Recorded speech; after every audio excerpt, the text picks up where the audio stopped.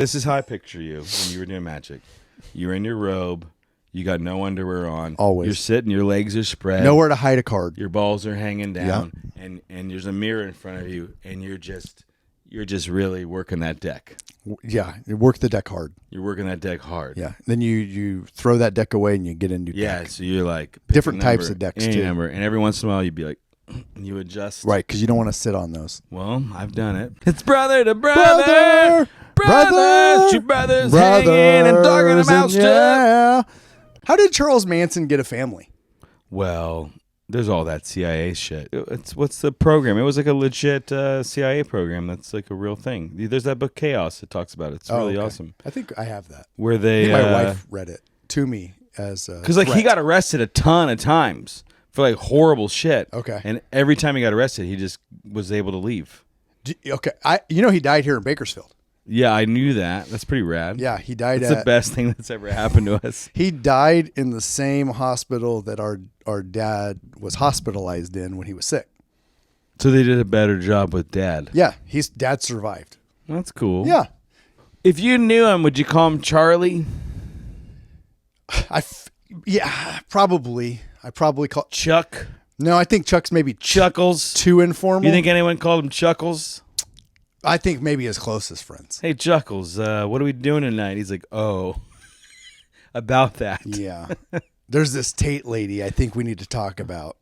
I think about that a lot, though, like the cult thing and like the mentality of like, I understand the cult leader mentality. But the cult follower? The cult follower is the thing I don't understand at all. What about Creed on The Office's philosophy that he's like, I've been a leader and I've been a follower. The leader makes more money, but the followers have more fun. Well, I think that's probably true until you're dead. Turns out the followers always die.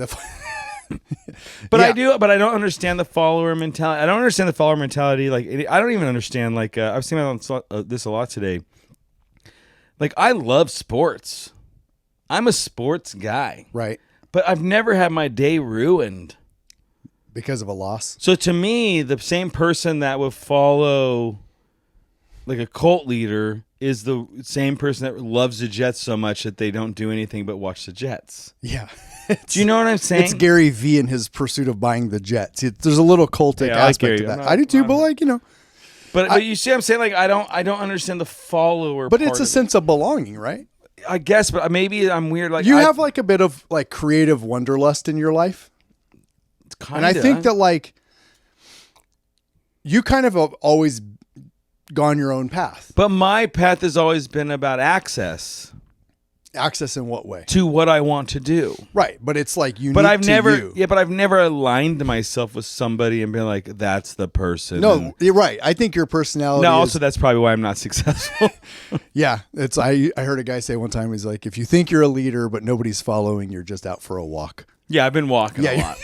I've been walking. It sticks with the trajectory of like, but where's John going? He's out for a walk. He's just out for a walk. But I really don't understand the mentality of the follower. I think it's a sense of you want to belong. You want to have people that you are close to. You're willing to give up some of your But I'm individual so far ideologies. away from that as a person. Well, it's like security or freedom. Right. I always figured teenagers would choose security or would choose freedom, not security. Most teenagers right now that they choose security. Are you polling them? Yeah, I have it like as a creative writing. Oh, yeah, because I think what most people want is to feel safe in the world because the world's terrifying. And that's that Maslow hierarchy. That's that base, like Maslow. The puppy. No, you're talking about the hierarchy. Pavlov, dude. Yeah. Oh, Pavlov's hierarchy of needs. That's it. No. Well, Pavlov's the one with the saliva. That's right. When he rings a bell, you spit. This is when we prove to everybody that we're not stupid. When you ring, because we actually ring the bell and you spit. You ring the bell and you spit, dude. Yeah, no, I remember. Pavlov's my ex-wife never rung the bell. Saliva. She never once rung the bell. There was neither saliva nor spit. No, dude. If there was just dry. Is there anything opposite of the bell that turned her mouth into sandpaper? I'm kidding, actually. She was wonderful. It's a light hook or knock. Oh, the knuckle knock? Just the knuckle knock. You're like, uh-oh, I'm about to make a mistake. Oh, you haven't experienced the knuckle knock ever. That's true. Nothing like being 3 grams in on a cocaine bender. You're getting the knuckle knock and be like, well, this is going to cost me $1,000 for nothing. I hope this fella's good looking. I hope this dude is attractive. Is that the Dave Chappelle thing that, what is it? His joke was friction is friction. Well, what's like the thing is like, sometimes a mouth is just a mouth, man. That's a Tom Segura joke, right? About going into the sex shop and there's the glory hole and he goes, you see anybody else in this place? It's a great joke. Nothing is more interesting and frustrating than literally being like so high on cocaine and 3 girls are coming over to like have a wild time and you're like, well, I guess I'm going to hang out and watch. There ain't nothing going on downstairs, dude. Live TV. It's literally like live TV that you were like, can you guys leave? I'm done. Yeah. I'm just tired. Drugs are great until you have a great opportunity on drugs. Oh, that's the thing that I guess probably people don't think about. No, because they're you're on drugs and you're having fun and they're great, and then all of a sudden there's these like 2 beautiful girls, which probably weren't beautiful, but you think they're beautiful. Because you're really high. You know what I'm saying? Because you're so spun out of your mind, and they're there and they're at your house and it's all going down, and you're like, well, I guess I'm going to sit this one out. Everything's better in your brain. Oh, that makes sense. Every single thing is better in your brain. Are they? But I know people where everything is also worse in their brain. Yeah, like they turn everything in the world is much worse. I know, but what else? Drugs maybe help them get to where they level. Can I say this is what I think about that? Everything's worse in their brain, but it's actually better in their brain. It's still much worse in reality. Yeah, I think that like people that like me, I'm a dread guy, and I think the world's falling apart, and I don't want to shoot myself, but I'd take a bullet in the arm just to feel something, just to feel. Have a feeling. Right. I think that you think it's bad, but it is actually worse. So your kind of optimism is like extreme pessimism. Yeah, it's like you know how you get so far left wing that you become right wing, right? Yeah, politically. That's exactly. You're like, I was an anarchist until I became a libertarian. Yeah, yeah. That's exact. It just loops the never ending loop of your feelings. Because it is it's like a track, dude. You're just justifying everything that you feel. You attach to a reason why you feel it. Right. So if you're like anti-society and control or no government, you'll justify that until you become pro-government. Like it doesn't matter.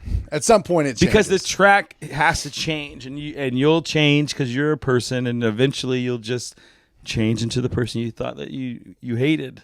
Right. Now that then you hate yourself, and then you kill yourself. Trigger warning.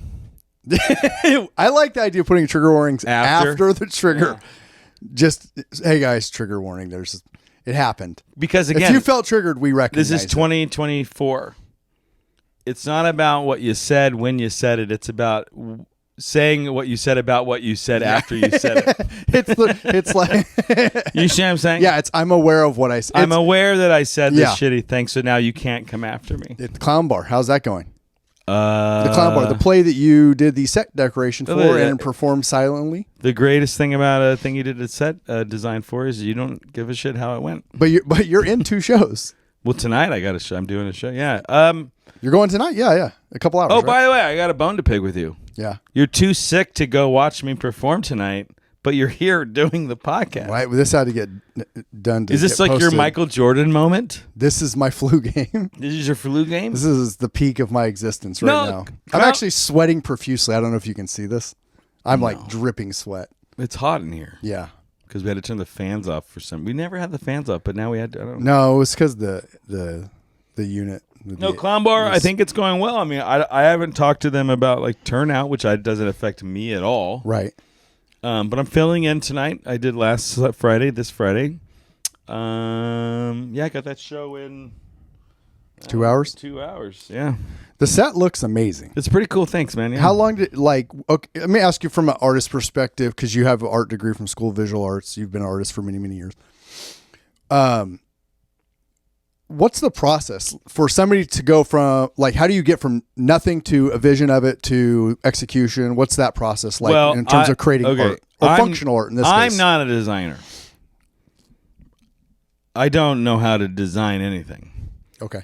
Like, I don't do drawings. Maybe I do a couple, but I don't do like to scale models or not. Like, so if I'm getting hired to build a set, the one stipulation is like, hey, just let me do what I do, and tell me where you need entrances, exits, or what the environment, what do you want, and like, just let me go do it. I don't plan a lot. A lot of it is just like, I'm here, I'm in a space, I want to make this feel real. I want to make an environment.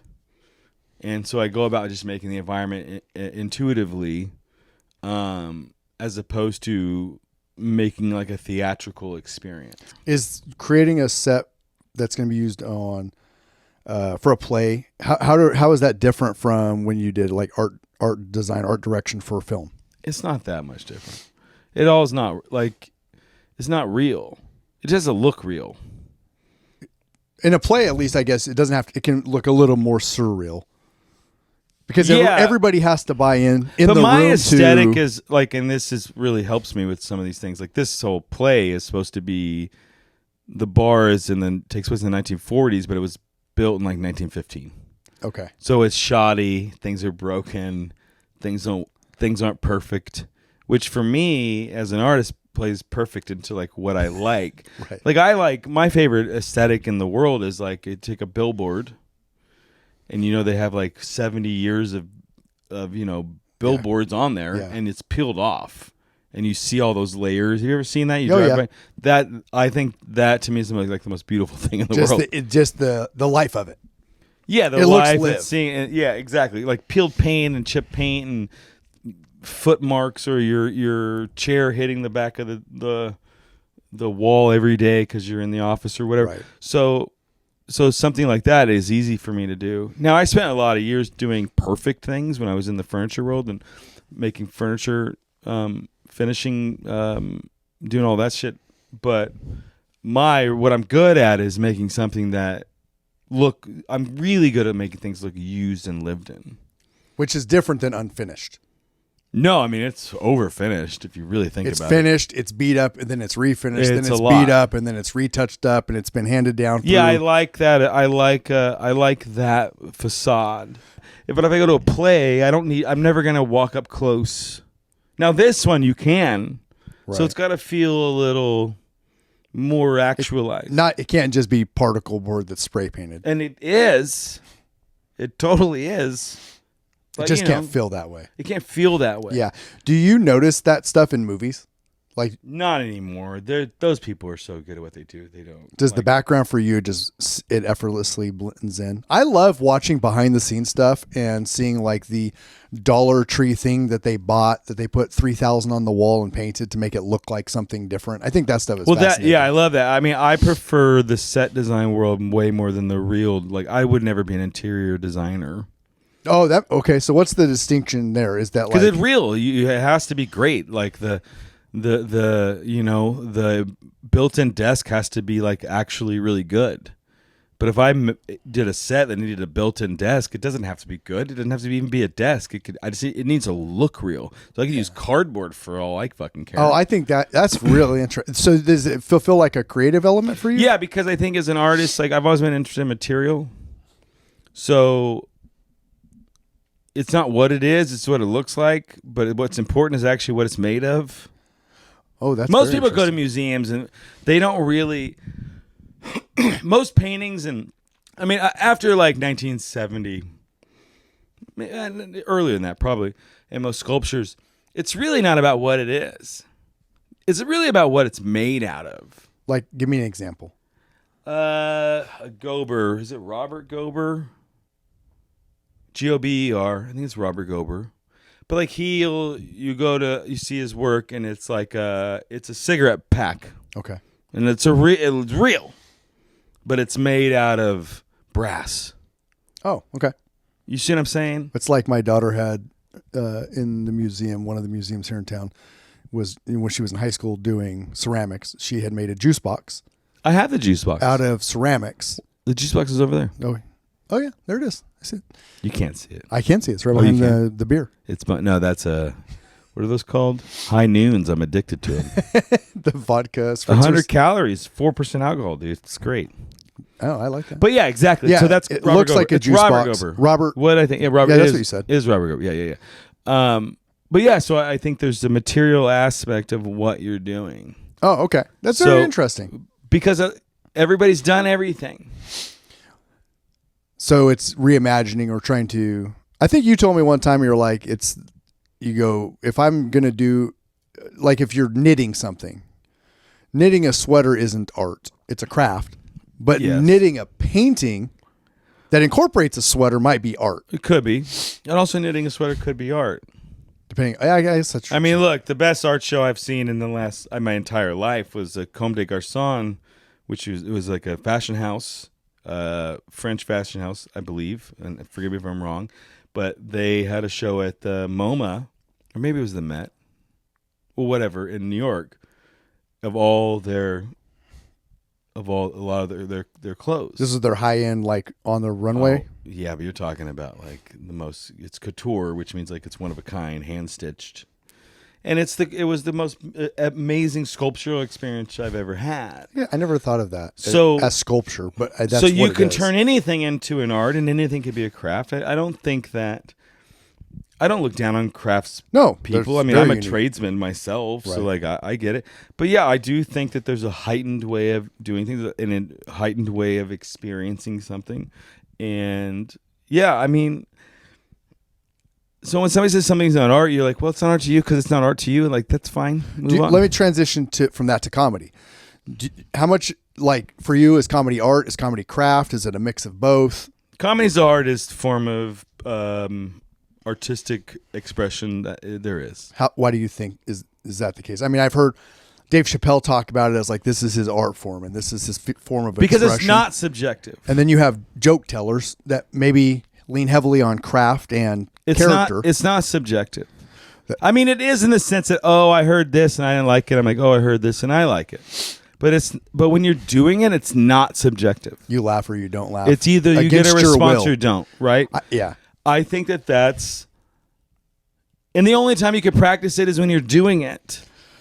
So like, there's no other discipline in any. I can't think of a single other discipline in any form of life that the only time that you can get better at doing that discipline is when you're doing it in front of people or on like a stage that is like, this is what I do.